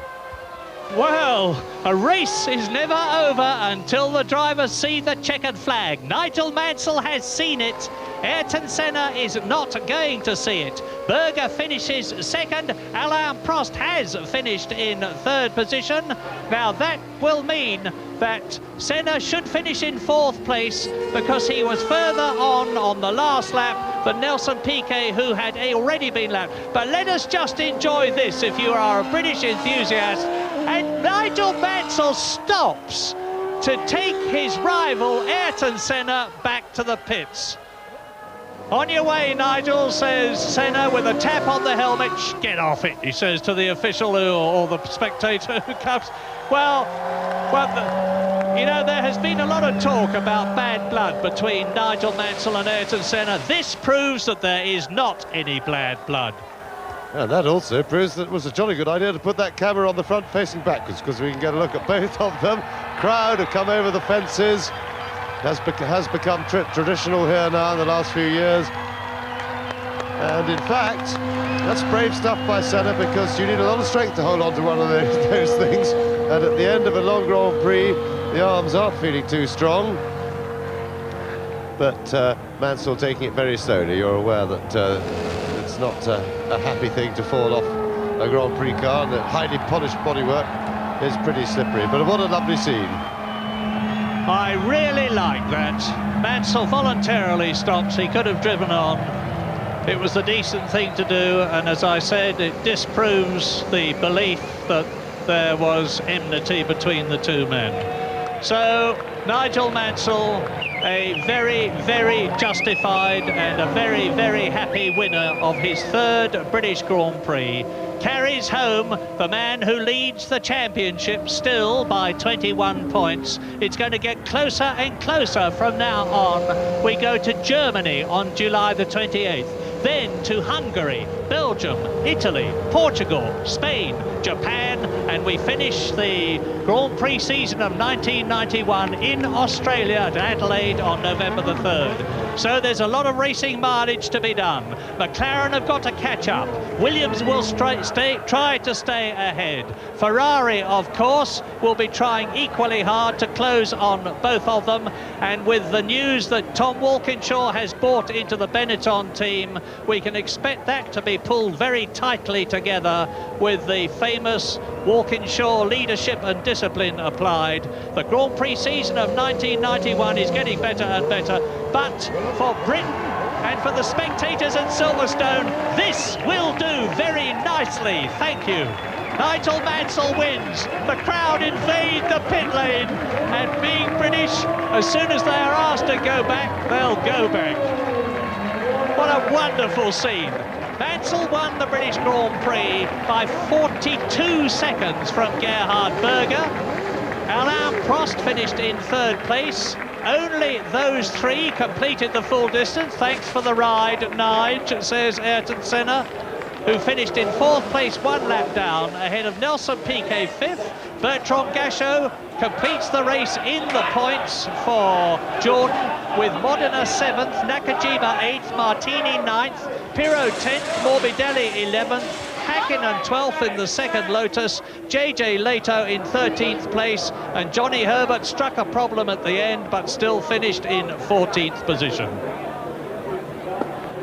So now the cars will go to the Parc Fermé, and in the Parc Fermé they will be examined by FISA officials, the Fédération Internationale Sportive Automobile, the governing body of world motorsport.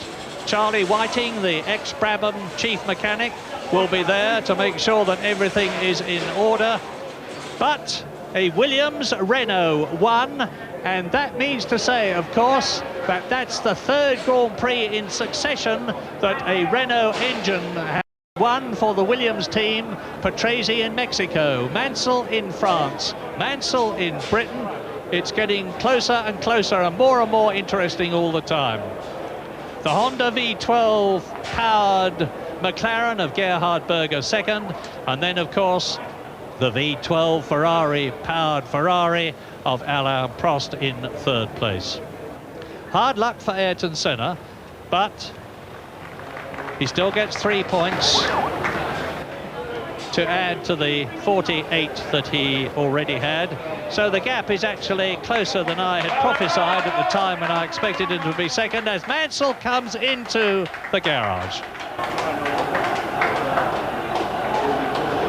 Now, the Drivers' Championship after the first 8 rounds, confirms that Ayrton Senna leads with 51 points ahead of Nigel Mansell, 2nd. In 3rd position, Riccardo Patrese. 4th, Alain Prost.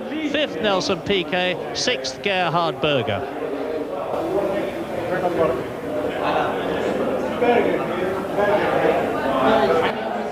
Mansell in the magnificent new press centre, the Jimmy Brown Centre, named after the late track manager of Silverstone that built it up over the years, and it's his son Hamish who runs Silverstone now.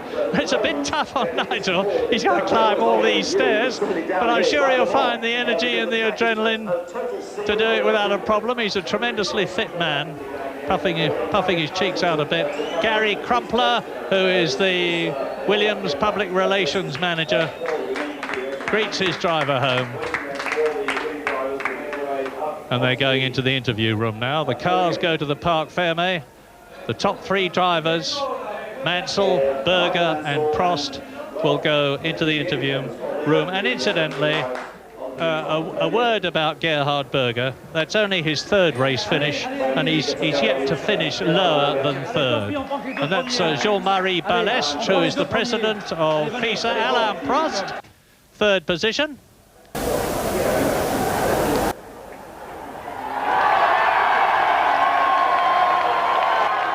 Nigel Mansell in front of the adoring British crowd,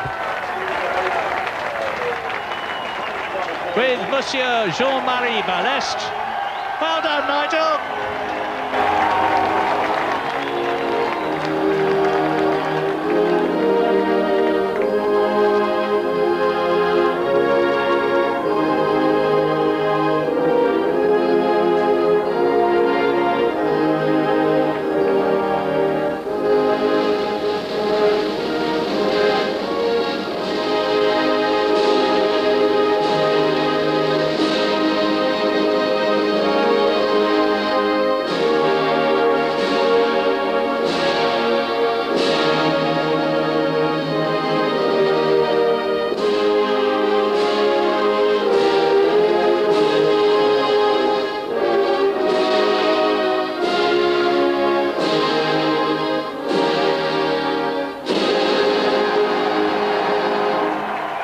As the strains of the national anthem die down, 3 enormously popular Grand Prix racing drivers on the podium.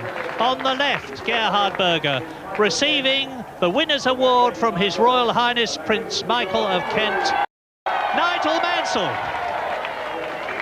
He led on lap 1 and he led on every one of the other 58 laps. He made the fastest lap. And Alain Prost finishes in 3rd place to take 4 points. And on the left, on the extreme left, receiving the Gold Cup, is Patrick Head, the chief designer, the man who leads the design team at Williams. And I emphasise design team, there he is, because no one man designs a Grand Prix car these days. It's down to a number of specialists in their various departments, engine, chassis, suspension, and so on. And what a wonderful sight that is after all the talk about bad feelings there have been. Nigel Mansell lifts the arms of Gerhard Berger and Alain Prost. By Mr. Peter Bartel of Foster's. Oh, now the moment that the photographers dread. It's champagne time. And Patrick Head is getting it. That's what you get for leading the design team, which produce a race-winning car. But it's not too much. Take that, Alain Prost. I know it's childish, but it really is. It's a great way of letting off steam. And Nigel throws, I think it was probably one of his gloves, to the crowd. Remember last year when he was driving for Ferrari, he threw his balaclava and both his gloves into the crowd after he had despairingly retired his Ferrari after a magnificent drive.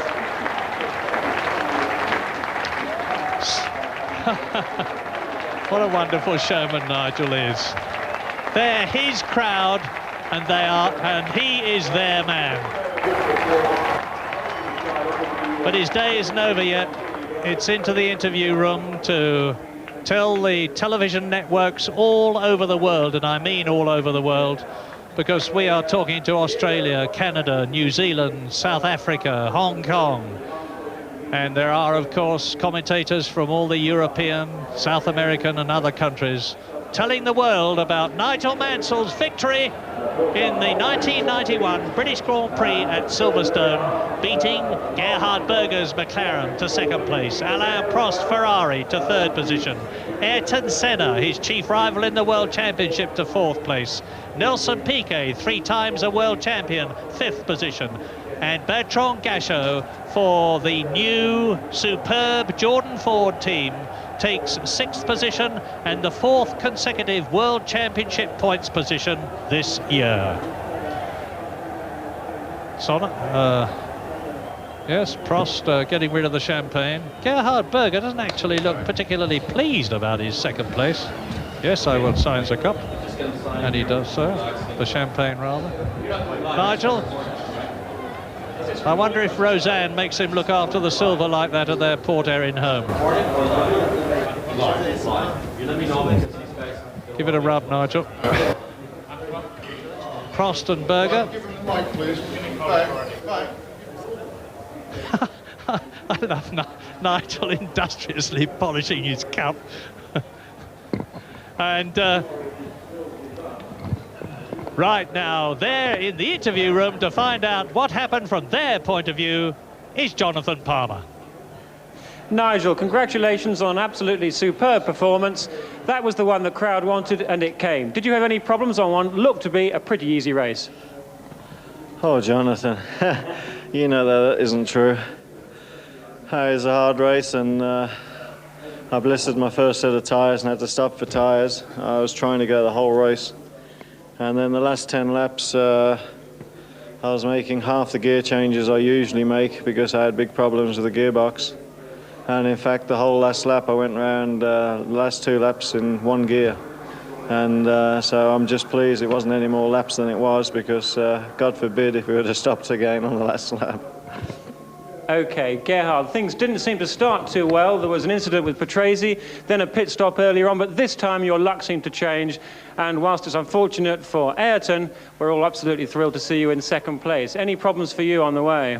Yeah, I had a big problem because Patrese just went over my front suspension. I had the front suspension bent, and the steering wheel was like this, and I could had all the blistered here, and I couldn't even, on one side, I couldn't steering right. So the tires gone, the first one, quite early, so I had to change tires, and then I just did so smooth as possible to not destroy the second set of tires. Okay, Alain. It seemed at one time that you weren't going to stop for tyres there, but then after, I think it was the avoidance of the De Cesaris incident, you then came in. Did you plan on stopping for tyres? And if not, could you possibly have caught Gerhard, do you think? Or... I think so. But because with the first set I was quite well. In fact, I spun first. I don't know what happened. Alizé lost some oil, got some oil on the screen, and I did a mistake. I touched the curb and I spun. Then the car was going quite well, even at the beginning, but Alizé overtook me in a very small room. And then I got some debris from the De Cesaris crash, and I had to stop for tires, but I did not plan to stop. My tires were very good.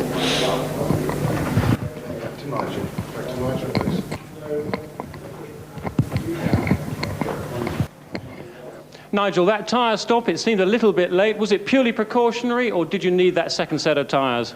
No, I needed a second set of tyres because of the wheel weights. I think I lost one on the front and one on the back. I know I blistered them, but it was the vibration that made me stop. But the team did a great pit stop and came out. Then other than the last 10 laps when my heart was in my mouth, I mean, I was happy, but oh boy, the last few laps was hurting, because when you pull for a gear and it doesn't go in gear and you're stuck in neutral, you have to get another gear, otherwise everything will stop. And I had about 2 or 3 frights, but I mean, I'm here, so I'm happy. Well, you were certainly the pre-race favourite here. All the crowd were backing you. How does it feel now to have actually done it here in front of the British crowd at Silverstone? Well, it's strange, but I probably don't believe it. I mean, the crowd are just incredible, aren't they? I mean, my heart goes out to them. I thank them very much for the support. It is absolutely fantastic. It feels great, honestly. Nigel Mansell, superb. Well, that just shows, and there's a Mansell supporter if ever I saw one, that just shows that you can't always believe what you see. Those words of Nigel Mansell confirm that Williams have not overcome their semi-automatic gearbox problem. It means that they've had a problem in every race this year, and just as Senna was lucky to finish in all the first 4 Grand Prix and win them, so obviously was Mansell lucky to finish in the lead and to win here at Silverstone.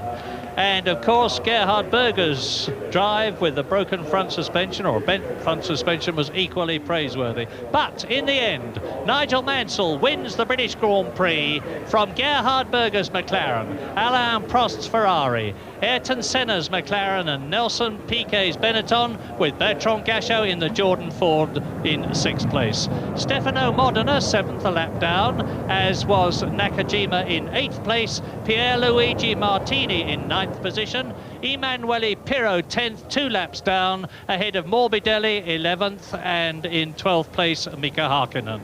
Then the last 2 finishers, JJ Leto in the Dallara, and 4 laps down, Britain's Johnny Herbert in the Lotus.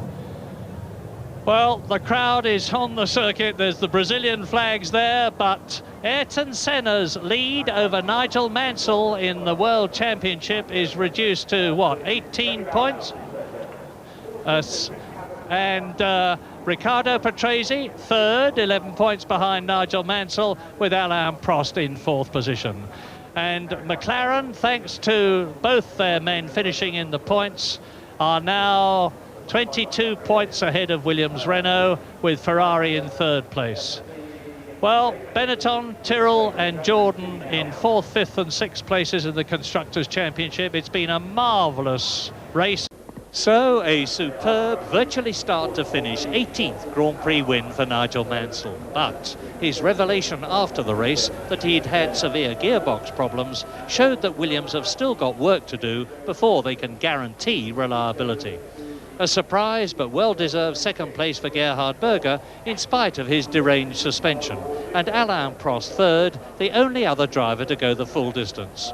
Tough luck for Senna, whose problem was fuel starvation, but he still finished in the points at 4th, a lap down ahead of Nelson Piquet. And Bertrand Gachot's 6th place made it a great day for the Jordan team. Senna's last lap problem means his World Championship lead over Mansell has shrunk to 18 points, and that Mansell could still win the championship, because he's now well ahead of Patrese, Prost, Piquet and Berger.